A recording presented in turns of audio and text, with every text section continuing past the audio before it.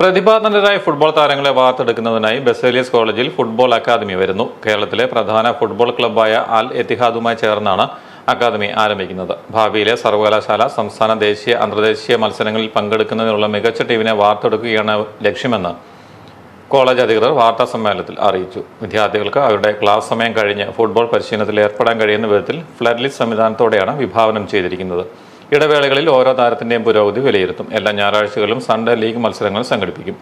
Football അക്കാദമിയിൽ ചേരുന്ന വിദ്യാർത്ഥികളിൽ താമസ സൗകര്യം ആവശ്യമുള്ളവർക്ക് അതിനുള്ള സൗകര്യമൊരുക്കും.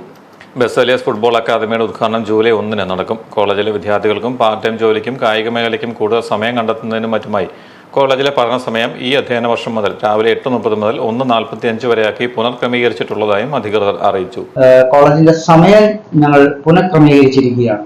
ഇപ്പോൾ കോളേജിന്റെ 10 മുതൽ 4 മണി വരെ ആയിരുന്ന സമയം മാറ്റി രാവിലെ 8:30 മുതൽ 1:45 വരെ ആയിട്ട് പുനഃക്രമീകരിച്ചിരിക്കുകയാണ്.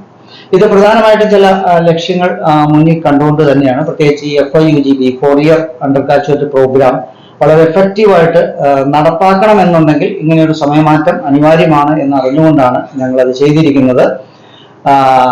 അതിൽ കുട്ടികളെ സംബന്ധിച്ചും അവർക്ക് പഠനത്തോടൊപ്പം ഒരു തൊഴിൽ ചെയ്യാനുള്ള സാധ്യത ഉണ്ടാകണമെന്നുള്ള ഒരു തിരിച്ചറിവ് വളരെ പ്രധാനപ്പെട്ട കാര്യമാണ്. അപ്പൊ അതുകൊണ്ട് ഉച്ചയ്ക്ക് ശേഷമുള്ള സമയം അവർക്കൊരു പാർട്ട് ടൈം ജോബിനുള്ള അവസരം ഉണ്ടാക്കി കൊടുക്കുക എന്നുള്ളതാണ് ഞങ്ങളുടെ ഒരു പ്രധാന ലക്ഷ്യം. അതോടൊപ്പം തന്നെ അഡീഷണൽ ക്രെഡിറ്റ് കോഴ്സുകളൊക്കെ ചെയ്യുന്നത് കുട്ടികൾക്ക് പ്രയോജനം ചെയ്യും എന്നൊരു തിരിച്ചറിവിലാണ് ഈ സമയമാറ്റം കൊണ്ടുവന്നിരിക്കുന്നത്.